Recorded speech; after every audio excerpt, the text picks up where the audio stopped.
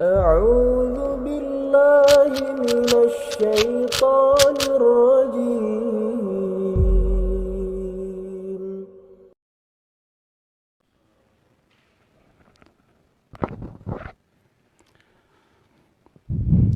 Bismillahirrahmanirrahim. Alhamdulillahirabbil alamin. Wassalatu wassalamu ala Rasulillah wa ala alihi wa ashabihi ajmain.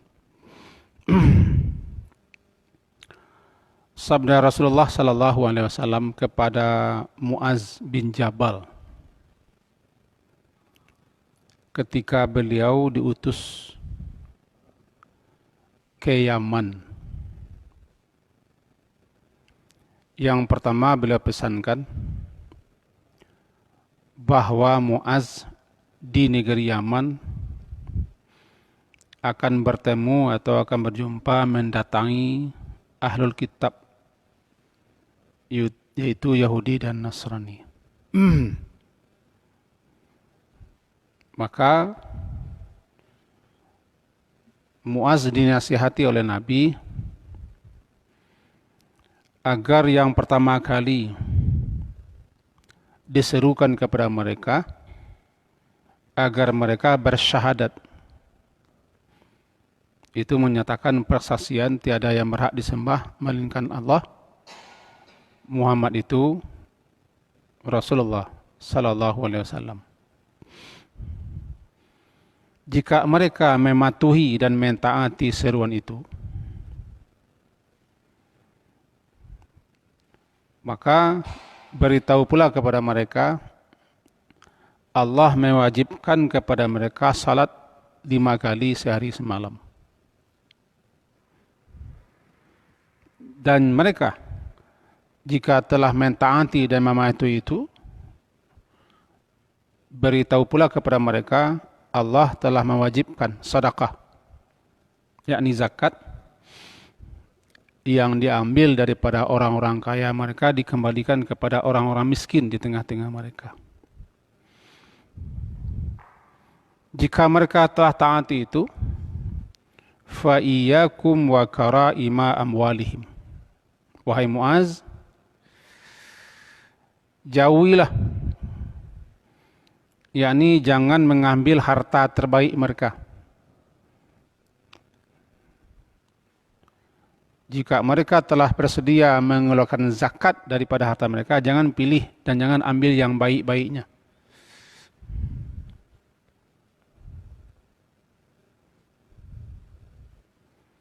Sebab kata Nabi, ittaqi da'watal mazlum. Hati-hati, waspada dan takutlah terhadap doanya orang yang teraniaya. Fa innahu laisa bainahu wa bainallahi hijab. Karena sesungguhnya tidak ada satu pun penghalang doanya untuk dikabulkan oleh Allah Ta'ala. Hadis riwayat Imam Bukhari.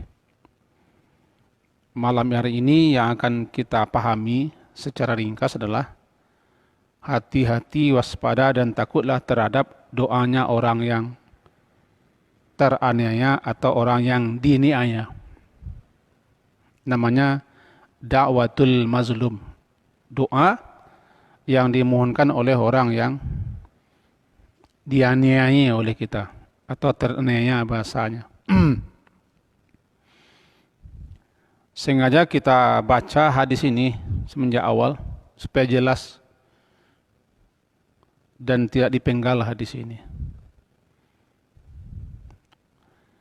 Muaz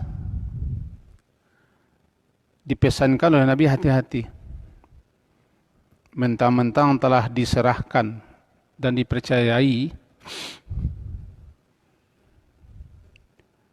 untuk mengambil harta orang kaya sebagai zakat mereka untuk dikembalikan kepada orang fakir miskin.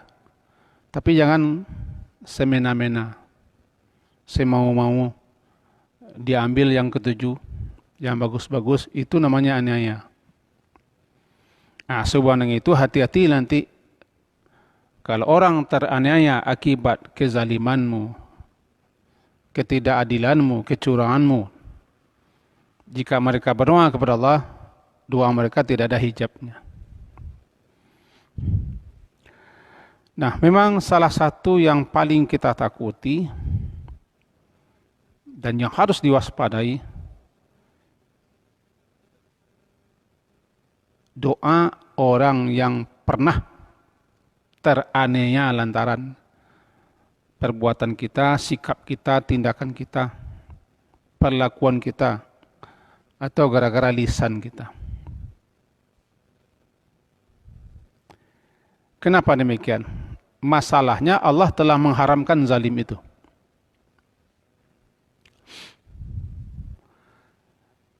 Allah telah mengharamkan perbuatan zalim itu terhadap dirinya sendiri. Artinya Allah mengharamkan zalim itu terhadap dirinya. Dia tidak akan berbuat zalim kepada para hamba-hambanya. Wa ma kana Allahu liyazlimahum. Allah tidak akan menzalimi mereka. Karena Allah telah mengharamkan zalim itu, maka Allah haramkan pula kezaliman itu atas para hamba-hambanya.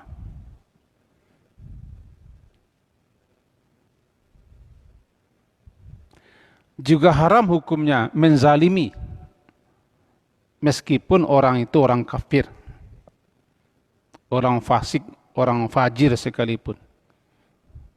Karena yang masalah bukan orangnya, tapi perbuatannya itu. Nah, pesan Nabi adalah da'watul mazlum mustajabah.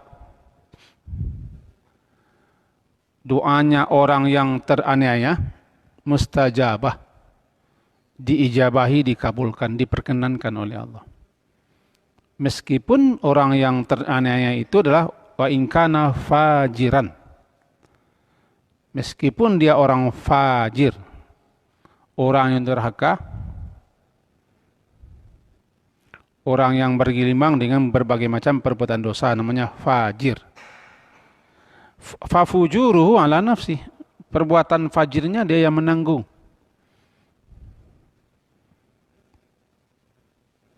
Masalahnya dia teraniaya lalu dia berdoa.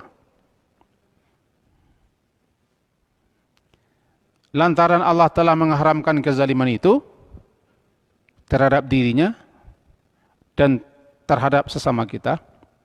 Jika ada orang terzalimi, siapapun orang, berdoa dia kepada Allah, dikabulkan Allah. Hadis itu diriwayatkan oleh Imam Ahmad. Wa in kana fajiran fafujuruhu ala nafsi.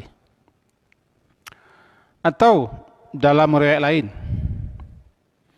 juga diriwayatkan oleh Imam Ahmad. Ringkasnya, ittaqu da'watal mazlum wa in kana kafiran. Hati-hati, takut dan waspadalah kamu terhadap doanya orang yang teraniaya atau orang yang dianiayai, meskipun dia kafir. Fa innahu laisa dunaha hijab. Tidak ada hijabnya. Tidak ada penghambat, tidak ada penghalangnya untuk dikabulkan oleh Allah Subhanahu wa taala.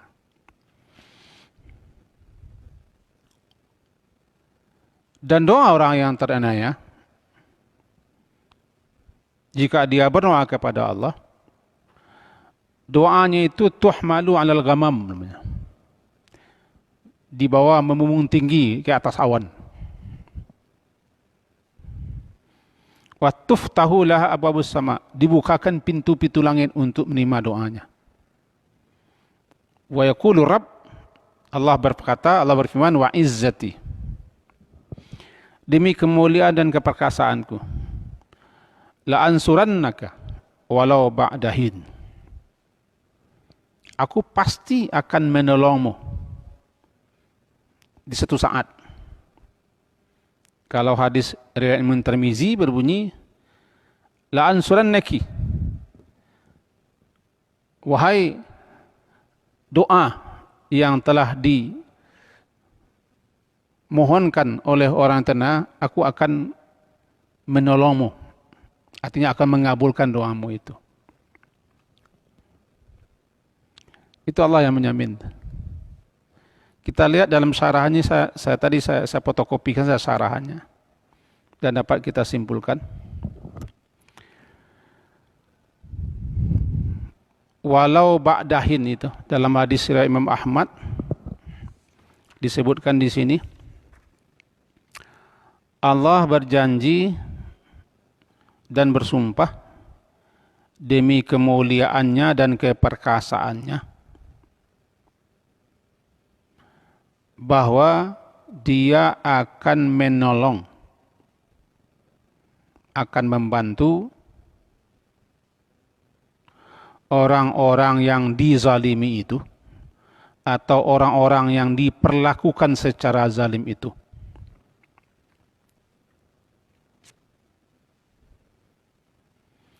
Walau ba'dahin namanya. Apa yang maksud dengan walau ba'dahin? Meskipun nanti tidak sekarang.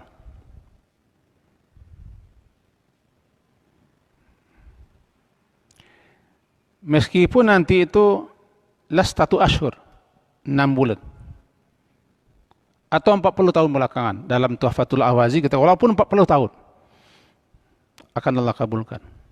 Ini mengisyaratkan bisa jadi langsung dikabulkan Allah doa orang yang teraniaya, bisa jadi ditunda dulu. Memberi peluang, memberi kesempatan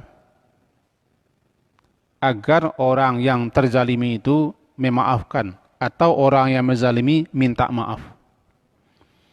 Kalau tidak juga, tiba saatnya, tiba waktunya, sampai ajalnya, Allah kabulkan doa orang yang teraniaya itu. Ada orang, dan saya banyak menemui orang seperti itu.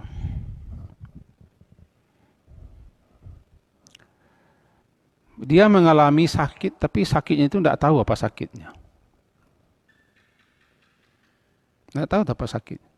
Dokter pun angkat tangan. Bingung dokter. Tapi dia sakit. Sudah diselang. Tidak ada ketemu penyakit. Saya pernah dialog dengan orang itu. Apakah Anda pernah melakukan suatu tindakan yang mengakibatkan orang yang teraniaya? Menganiaya orang itu kan harus meninju, tidak harus memukul. Dicurangi, ditipu, dikicu, dikhianati. Karena diperlakukan tidak adil. Hak-haknya tidak diberi. Atau sesuatu yang mesti diberikan kepadanya ditahan. Coba pikir. Minta maaf lah. Kalau hidup juga orang itu minta maaf. Atau berbaikanlah dengan keluarganya, dengan pemilihnya masih tinggal. Doakan kepada Allah. Minta ampun kepada Allah. Bisa jadi sumpah serapahnya Allah kabulkan. Orang kalau tertipu, orang kalau terkicuh, itu sakit hatinya. Kan dia nanya, nah bunci lah paruhnya, nah sakangnya lah. Sampai 7 turunan tidak keselesai hidupnya. Itu kan kesal ya. Apalagi yang kita aniaya itu orang se-Indonesia. Se-Indonesia dia aniaya. Kebijakannya, keputusannya, sikapnya, ketetapannya. Itu dalam hadisnya kan Imam Ahmad meriwayatkan, Tirmizi juga meriwayatkan, saya bawa kedua-duanya kopian. Wah, tebal itu kitabnya sekopian tadi. Walau ba'dahin itu menunjukkan satu saat daripada saat, satu ketika daripada ketika. Allah kabulkan itu janji Allah. Karena Allah sudah bersumpah wa izzati, demi keperkasaanku, demi kemuliaanku, pasti aku tolong engkau.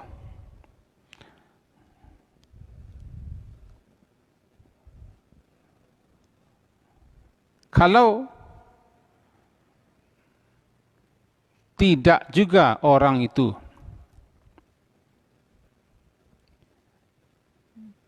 melakukan minta rela, minta maaf, mengembalikan punya orang lain, satu saat dikabulkan Allah. Kembali kita kepada pangkal tadi, Muaz. Muaz, hati-hati betul. Engkau kan ditugaskan mengambil zakat. Dan orang sudah percaya. Pungutlah zakat itu daripada orang kaya mereka, tapi hati-hati. Mentang-mentang telah dipercaya, diserahkan orang, bakal lama di kamu saja mengambil hartanya, nanti dia kesal, tapi dia tidak bisa ngomong. Dia tidak terima, dia tidak senang. Cuma dia tidak bisa berbuat apa-apa. Berlantas angan mengambilnya. Nah, bayangkan kalau itu namanya pungli, uang administrasi, uang pelicin, uang urusan. Mana orang perlu, orang butuh. Cuma dia tidak dapat kebutuhannya, keperluannya. Harus pakai uang ini. Diusahakannya uang itu. Hatinya kesal, hatinya sakit. Biarlah nelan tuangnya nyerang. Itu tidak tanggung-tanggung doanya itu. Kalau bahasa kami dilasinya. Diperah dia. Dengan berbagai macam alasan dan cara untuk mengambil hak orang lain yang kita tidak pantas menerimanya. Cuma dia kasih juga. Masalahnya dia sakit hati. Dia tidak terima. Tapi apa boleh buat? Roda sedang di bawah. Yang kita cemaskan, Allah itu kan salah satu sifat Allah kan hilmun. Hilmun itu santun, artinya tidak terburu-buru mendatangkan sanksi dan sisa, walaupun Allah itu mampu dan bisa. Cuma karena dia hilmun, mempunyai sikap santun, halim yang santun, dia biarkan orang berdosa, tidak diazab, tidak diiqab, dibiarkan saja. Kenapa Allah biarkan? Banyak hikmahnya. Salah satunya memberikan kesempatan, memberikan peluang untuk orang ini berdamai, berbaikan. Kalau tidak juga, tiba saatnya Allah sudah bersumpah atas nama dirinya, atas keperkasaannya. Pasti akan dikabulkan doa orang tenanya itu. Kalau sudah Allah kabulkan, tergantung doanya apa. Kalau orang itu minta sengsara dia hidup misalnya. Nak bunci lah paruiknya bisa bunci. Kan Allah paling tahu bagaimana bentuk pengabulan. Allah pasti mengabulkan doa dengan 3 cara kan. Langsung dikabulkan, ditunda, dipalingkan atau dialihkan. Nah, ini yang paling kita takuti. Kajian kita kan memahami doanya. Jangan sampai kita melakukan tindakan kezaliman. Hati-hati, waspadalah, bentuk kezaliman itu ada fisik, ada psikis. Ya. Ada kezaliman dalam bentuk fisik, ada psikisnya. Kedua-duanya zalim namanya. Apalagi yang dizalimi itu orang soleh, orang taat, orang baik. Cuma dia tidak bisa menerima. Sudah diperlakukan berulang-ulang kali seperti itu, dia berdoa itu. Jika berdoa, makbul doanya. Catatan terakhir, meskipun yang terzalimi atau yang dizalimi itu orang kafir atau orang fajir, masalahnya bukan kafirnya, masalahnya bukan fajirnya, tapi masalahnya kita telah melakukan kezaliman terhadapnya dan Allah telah mengharamkan zalim itu. Dikabulkan Allah doanya bukan melihat kafir dan fujurnya, tapi lantaran dia teraniaya. Dia dianiaya. Jadi ini yang paling kita takuti. Nama saya hati-hati. Ittaqi dan ittaqu. Hati-hati, waspada, takut dan peliharalah dirimu untuk berbuat zalim. Karena berbuat zalim itu mengakibatkan orang yang teraniaya nanti tidak menerima dia doa kepada Allah. Yang biasanya melakukan tindak penganiayaan itu kan orang punya kekuatan, punya kekayaan, punya kekuasaan. Jadi 3, punya kekuatan, punya kekayaan, punya kekuasaan. Biasanya orang itu. Karena orang lemah tidak ada menzalimi. Paling ada menipu cuma, mengicu, mencopet, kena terdesak pula. Mudah-mudahan apa yang kita sampaikan ini berbeda dan mari kita berhati-hati dan berwaspada. Sikap kita, perbuatan kita, tindakan kita, keputusan kita, kebijakan kita, perkataan kita jangan sampai menyebabkan orang teraniaya, terganggu, tersakiti. Tetapi ada juga orang tuh paraso, baper namanya. Kita tidak apa-apa, tapi dia saja yang merasa. Allah paling tahu pula itu. Dia baper, segala sesuatu dibawa ke perasaan. Kita tidak ada niat kita untuk jelek, tidak ada untuk buruk. Hanya dia saja yang merasa. Itu tidak zalim namanya. Orang tuh penghibah, orang tuh paraso, orang tuh paganyi, orang paranyuat. Allah lebih tahu mana yang betul-betul terzalimi, terane, mana yang tidak. Yang penting kita hati-hati dan waspada saja. Semogalah dapat kita pahami dan menjadi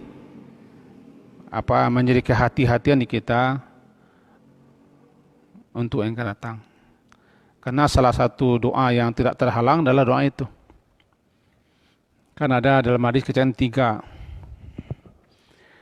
Namanya 3 ya, salah sah. 3 yang tidak akan tolak doanya. Nah, salah satunya kan doa orang yang terzalimi. Sekian, diakhiri subhanakallahumma bihamdika asyhadu an la ilaha illa anta astaghfiruka wa atubu ilaik. Wassallallahu ala Muhammadin wa ala alihi washabbihi ajma'in. Alhamdulillah. Assalamualaikum warahmatullahi wabarakatuh.